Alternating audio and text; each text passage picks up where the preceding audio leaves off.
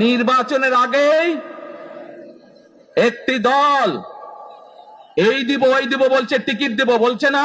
এবার কিছু লোক বলতেছে জামাত ইসলাম নাকি জান্নাতের টিকিট বিক্রি করতেছে। এরকম একটা কিছু লোক বলতেছে না, জামাত ইসলামে আলারা জান্নাতের কি বিক্রি করতেছে, টিকিট বিক্রি করতেছে। আল্লাহর কসম, কোরআন বুকে নিয়ে আমি যতটুকু জানি, জামাত ইসলামের লোকেরা জান্নাতের টিকিট বিক্রি করে না, তবে জামাত শিবিরের লোকেরা জান্নাতের পথ দেখায়। আমরা জান্নাত বিক্রি করি না, আমরা জান্নাতের রাস্তা দেখাই। আমাদের দেশের একটা দল ভোট করার জন্য সামনে আসতেছে। সেদিন এক নেতা কর্মীদের উদ্দেশ্য বলতেছে, ভাইরে ভোট পর্যন্ত নামাজ পড়।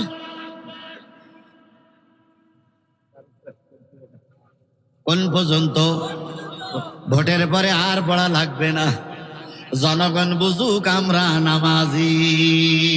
তাহলে যাদের টার্গেট ভোট পর্যন্ত নামাজ, এই দলের নেতা কর্মীরা লিখে রাখো, মারার পরে জাহান্নামে যাওয়া লাগবে। আমি আজকে আপনাদের সামনে তেলাওয়াত করেছি সূরা মুদ্দাসসির। কোন সূরা? 41, 42, 43, 44, 45, 5টা আয়াত। কয়টি? এই 5টা আয়াতের মূল আলোচনা হলো দোজখে যাবে কারা। আমার মূল আলোচনার বিষয়বস্তু কি? দোজখে যাবে কারা। এবার আপনারাই বলুন তো, দোজখে যাবে কারা? হ্যাঁ, কারা? আচ্ছা, আরে ভাই সবাই তো কোরআন মানে, কে বলেছে মানে না? আওয়ামী লীগ বলতো আমাদের শেখ হাসিনা রহমাতুল্লাহ আলাইহি, উনি দৈনিক ফজরের নামাজ পড়ে আর রাত্রি যায় নামাজ খোঁজে, ফজরের নামাজ পড়ে কোরআন তেলাওয়াত করে, তাহলে বোঝা গেল উনিও জান্নাতি। হায় হায়, কয় কি জান্নাত? কত হুজুররা বলতে আপনি জান্নাতি। আমাদের দেশে একদল হুজুরা ওনার জান্নাতি বলতো না, এখন উনি জান্নাতি। এ কথা যদি বলি আপনারা কি মেনে নেবেন? নীলু ভালো না নিলু ভালো? এবার বলুন তো, যদি বলি জাতীয় পার্টি দোজখে যাবে, এ কথা কি বলা যাবে? বলা যাবে? আমি বলতে পারবো না ভাই। তবে জাতীয় পার্টি হলে একটা মুনাফেক।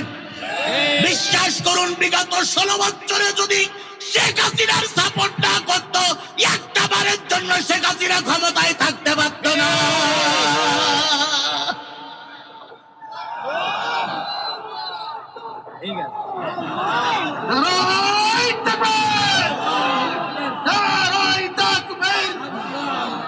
ইসলামের শত্রুরা এবার আসুন, যারা জাতীয় পার্টি তারা বলবে, ভাই রে আমরা মসজিদ আর মন্দিরের কি বলে বিদ্যুৎ বিল বন্ধ করেছিলাম, আমরা জাতীয় সংসদে বিসমিল্লাহ নিয়ে আসছিলাম, আমরা রাষ্ট্র ধর্ম ইসলাম করে গেছি, আমার নেতা 17 বার না 19 বার হজ করেছে, সুতরাং আমরা দোজখে।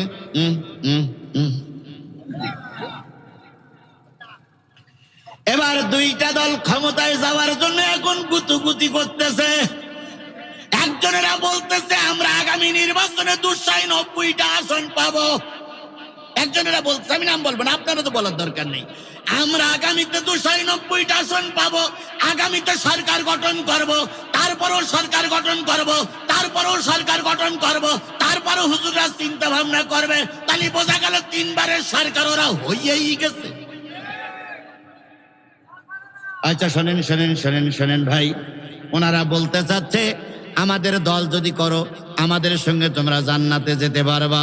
তাহলে বোঝা গেল ওরা জান্নাতি দল, ওদেরকে আমি জাহান্নামে দিতে পারবো না।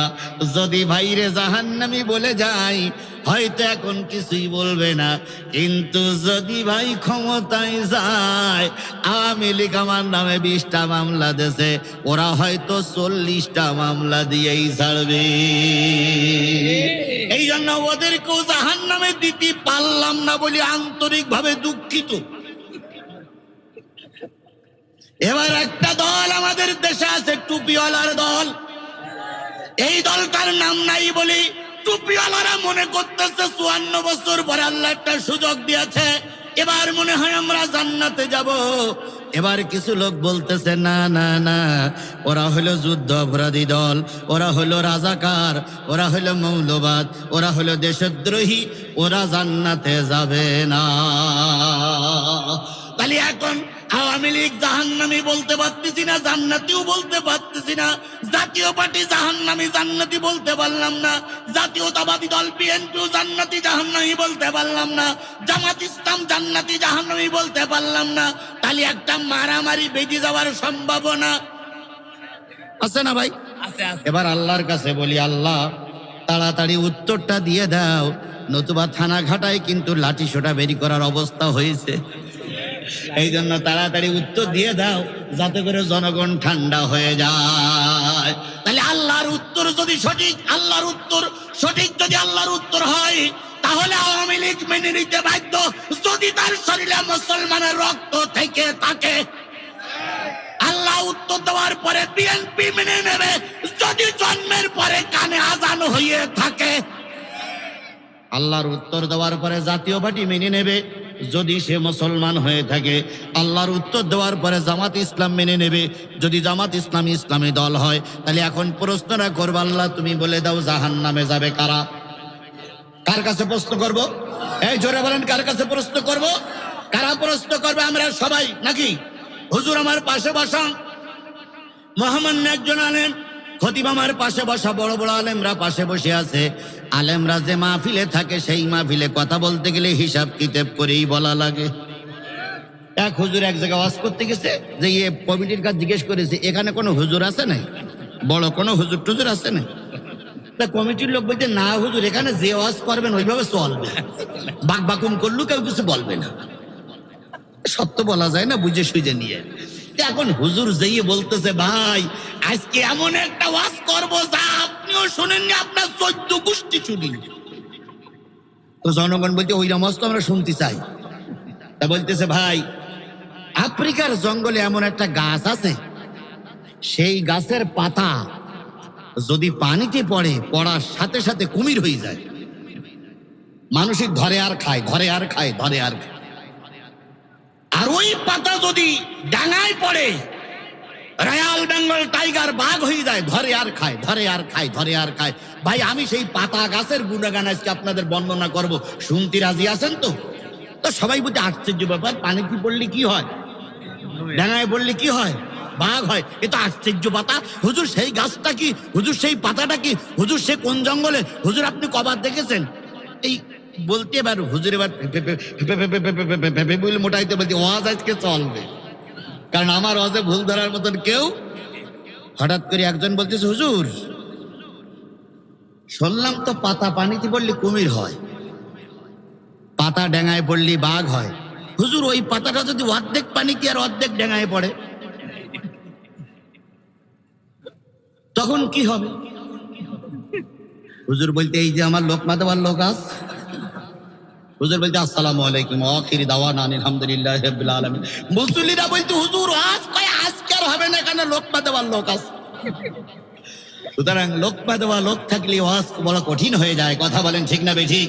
আর লোকমা দেওয়া লোক না থাকলে যা ইচ্ছা তাই বলা যায়। আপনারা আমাকে এখানে নিয়ে এসেছেন আমার চেহারা দেখার জন্য নয়, আপনারা কাজ বন্ধ করে এখানে এসেছেন চেহারা দেখানোর জন্য নয়। 2 ঘন্টা ভ্যান চালালে 500 টাকা ইনকাম হতো, বউয়ের সেই গল্প করলে একটু লাভ হতো, একটু বই পড়লে লাভ হতো, তা বাদ দিয়ে এখানে এসেছেন। নিশ্চয়ই এখান থেকে কিছু শিক্ষা আপনাকে নিতে হবে। যদি শিক্ষাই না হয়, রাত 12টা পর্যন্ত ঘুম নষ্ট করে লাভটা কি? আমার ভাইয়েরা, তাহলে জাহান্নামে যাওয়া কারা? কিসের থেকে উত্তরটা নিবা?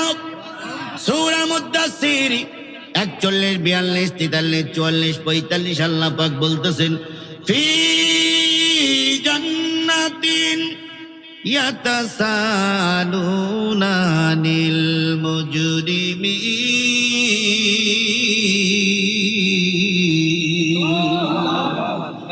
আরেকটু আগে যাই, ওয়া কুনতুম আজওয়াজান সালাসা, সূরা ওয়াকিয়া আগের সূরা।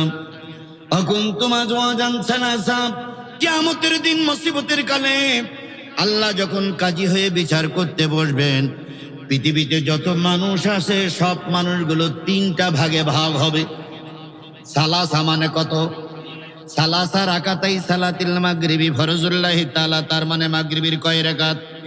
সালাসা রাকাতাই সালাতিল বিতরি ওয়াজিবুল্লাহি তাআলা, তার মানে বেতের কয় রাকাত? তাহলে সালাসা মানে কত? অকুনতুম আজওয়াজান সালাসা, আল্লাহ বলবে সব মানুষগুলো তিন ভাগ হয়ে যাও। মানুষগুলো তিন ভাগ হয়ে যাবে।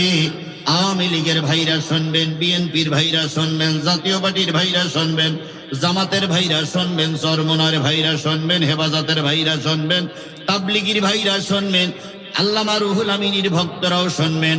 যে যাই বলুক কোরআনের সেই সহি জিনিস আর কিছু হতে। আল্লাহ বললেন কিয়ামতের দিন সব মানুষগুলো কয় ভাগ? আসহাবুল মাইমানাতি মা আসহাবুল মাইমানা ওয়া আসহাবুল মাশআমাতি মা আসহাবুল মাশআমা ওয়াস-সাবিকুনাস সাবিকুন উলাইকাল মুকাররাবুন। আল্লাহ বসবেন চেয়ারে, এর আগে আল্লাহরে দেখা যাবে না। আল্লাহ বলবে সব মানুষগুলো ভাগ হয়ে যাও, একটা আমার আরশের ডাইনে চলে যাও, আর একটা আমার আরশের বামে চলে যাও, আর একটা আমার আরশের সামনে বসে থাকো, দাঁড়িয়ে থাকো। সাহাবী আজমাইনগণ বলেন ইয়া রাসূলুল্লাহ, আল্লাহ বলে দিলেন মানুষ তিন ভাগ হয়ে গেল, যারা আরশের ডাইন পাশে থাকবে তারা কারা? নবী বললেন ওরা হলো সব ডাইনপন্থী। ডাইনপন্থী মানে হলো কোরআনপন্থী। তাহলে আল্লাহর আরশের ডাইনে যারা থাকবে তারা কোন পন্থী? ডাইনপন্থী। তাহলে বোঝা গেল ডাইনপন্থী লোকেরা যদি নাজাত পায়, পৃথিবীতে যত মুসলমান আছে সব মুসলমান ডাইনপন্থী। কোন মুসলমানের বাচ্চা বামপন্থী দল করতে পারবে না। কথা কি আজিজুল ইসলামের? কথা কার? আল্লাহ। তাহলে আপনি মুসলমান, আপনি ডাইনপন্থী, আপনি বামপন্থী হতে পারবেন না। অনেক মুসলমানের বাচ্চারা মঞ্চে দাঁড়িয়ে বলে আমি বামপন্থী। না, তুমি মুসলমান, তুমি আস্তিক, তুমি ডাইনপন্থী, তুমি বামপন্থী হতে পারো না। আর একটা দল হবে বামে, উলাইকাল মুকাররাবুন। আর একটা দল থাকবে আল্লাহর একেবারে সামনে। সাহাবী আজমাইনগণ বললেন সামনে কারা থাকবে? নবী বললেন আদম আলাইহিস সালাম থেকে শুরু করে আমি পর্যন্ত যত নবী রাসূল সব সামনে থাকবে, এরা ভিআইপি। এবার ভিআইপি মানুষগুলো সবার আগে কোথায় যাবে? জান্নাতে চলে গেল। ডাইনপন্থীদেরকে বলা হলো তোমরাও জান্নাতে চলে যাও, যেহেতু ডাইনপন্থী কোরআনপন্থী ইসলামের পক্ষের শক্তি, জান্নাতে চলে যাও। থাকলো কোন পন্থী? বামপন্থী একটা দল, বিশাল দল। এই দলগুলোর এবার আল্লাহ বলবে ফেরেশতাদেরকে এদেরকে সুসংগঠিত করে চারিপাশে ব্যারিকেড করে আগুনের শিকল দিয়ে বেঁধে জাহান্নামের দিকে নিয়ে যাও। এখন এই জাহান্নামে দলে আওয়ামী লীগ আছে কিনা আমি জানি না, বিএনপি আছে কিনা আমি জানি না, জাতীয় পার্টি আছে কিনা আমি জানি না, জামাত ইসলাম থাকলেও দুটো একটা থাকতে পারে। জামাত ইসলামের এত সহজে জান্নাতে দেওয়া যাচ্ছে না বলে আমি আন্তরিকভাবে দুঃখ প্রকাশ করছি। এবার আমি যাই সামনে, একদল মানুষকে কোন দিকে নিয়ে যাওয়া হলো? কথা বলেন, কথা বলেন, কথা বলেন। কোন দিকে নিয়ে যাওয়া হচ্ছে? জাহান্নামের দিকে নিয়ে যাওয়া হচ্ছে। জাহান্নামের সামনে যখন গেল, ফুতিহাত আবওয়াবুহা, জাহান্নামের দরজাগুলো খুলে গেল। জাহান্নামীরা এসে বলতেছে কারা? তোমরা কারা? ও ভাই তোমরা কারা? তখন বলবে আমরা জাহান্নামী। তো তোমরা জাহান্নামে আসলে কেন? তোমাদের কাছে নবী রাসূল যায়নি? ভাই গিয়েছিল, কিন্তু নবী রাসূলরা যা বলতো তা আমরা মানতাম না। ফেরেশতারা আর ওই জাহান্নামী মানুষগুলো যখন কথোপকথন চলছে, তার আগে ডাইনপন্থীরা সব কোথায় চলে গেছে? এই কথা বলেন, ডাইনপন্থীরা নবীরা সব কোথায় চলে গেছে? এবার বলুন তো জান্নাত উপরে না জাহান্নাম উপরে? জান্নাত উপরে। এবার জান্নাতীরা অনেক দিন পর এক জায়গায় খোশ গল্প করবে। হুজুর আমার যদি দেখা পাই, হুজুর বলবে জিহাদি ভাই আপনি থানাঘাটায় মাহফিল করেছিলেন, আপনার পাশে আমি ছিলাম, আমার এই প্রিয় ভাই যদি দেখা পাই আর আল্লাহ যদি আমার জান্নাত দেয়, গল্প শুরু হবে। হঠাৎ শোনা যাবে নিচে একদল লোক কান্নাকাটি করতেছে, কেউ বলতেছে বাঁচাও, কেউ বলতেছে আমারে ধরো, কেউ বলতেছে আল্লাহ এত বড় জাহান্নামে আমি যেতে পারবো না। এবার জান্নাতীরা জানলার পাশে আসবে, জানলার পাশে এসে দেখবে একদল মানুষ জাহান্নামের সামনে দাঁড়িয়ে আছে। এবার জান্নাতীরা বলবে ফি জান্নাতিন ইয়াতাসালুনা আনিল মুজরিমিন।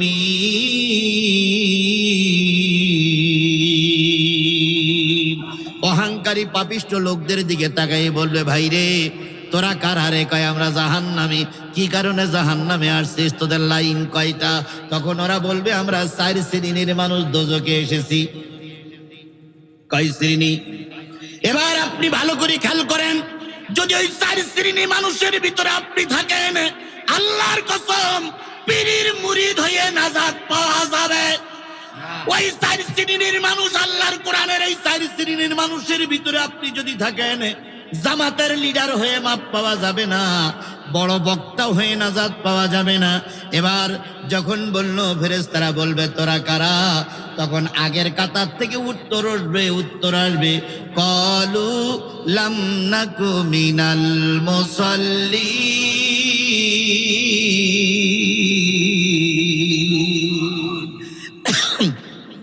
আমরা যারা জাহান্নামের প্রথম লাইনে আছি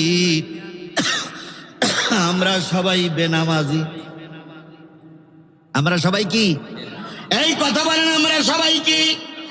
আমরা সবাই কি? তাহলে এই কথাকে ক্লিয়ার করে কোরআনের পরে শপথ করে বলতে পারি, যারা নামাজ পড়বে না তারা যাবে কোথায়?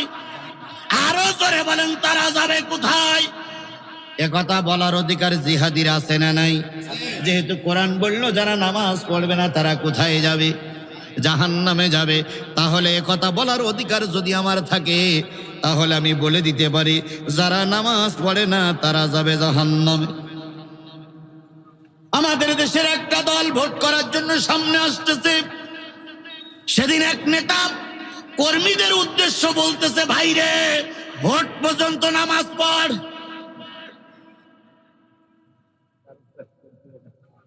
কোন পর্যন্ত? ভোটের পরে আর পড়া লাগবে না, জনগণ বুঝুক আমরা নামাজি। তাহলে যাদের টার্গেট ভোট পর্যন্ত নামাজ, এই দলের নেতা কর্মীরা লিখে রাখো মরার পরে জাহান্নামে যাওয়া লাগবে।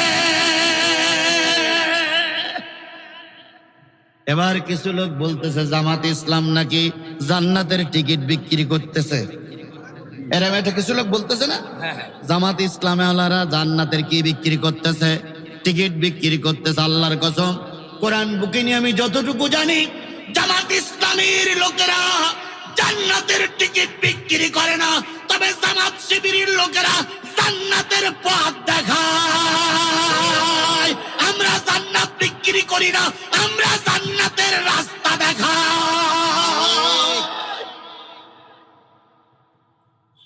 একজন লোক বলতেছে ভাই সাতক্ষীরায় যাব, তার একজন ইমাম সাহেব বলতেছে ভাই 2 লাইন দিয়ে যাওয়া যায়।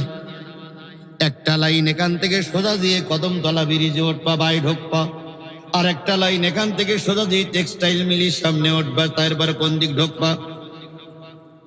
ডাইনি ঢোকবা। এই দুটো রাস্তা আছে, তোমার যেটা খুশি সেইটাই তুমি যেতে পারো। এখন ওই লোকটা পেয়ে গেছে একখানা ভ্যান কদমতলা হয়ে যাবে, এদিককার ভ্যান পাচ্ছে না, তাহলে ওই ভ্যানে উঠলে সে কোথায় যেতে পারবে? সাতক্ষীরায় যেতে পারবে। আমরাও 2টা রাস্তার কথা বলি, একটা জাহান্নামের রাস্তা আর একটা জান্নাতের রাস্তা। আমাদের এই রাস্তায় যদি চলো আর কোরআন হাদিস মেনে চলো, এই রাস্তা জান্নাতের রাস্তা, এটা আমরা বলতে পারি। কিন্তু জামাত ইসলাম করলে জান্নাতে যাওয়া যাবে এ কথা বলার অধিকার জামাতের কোন নেতার নাই।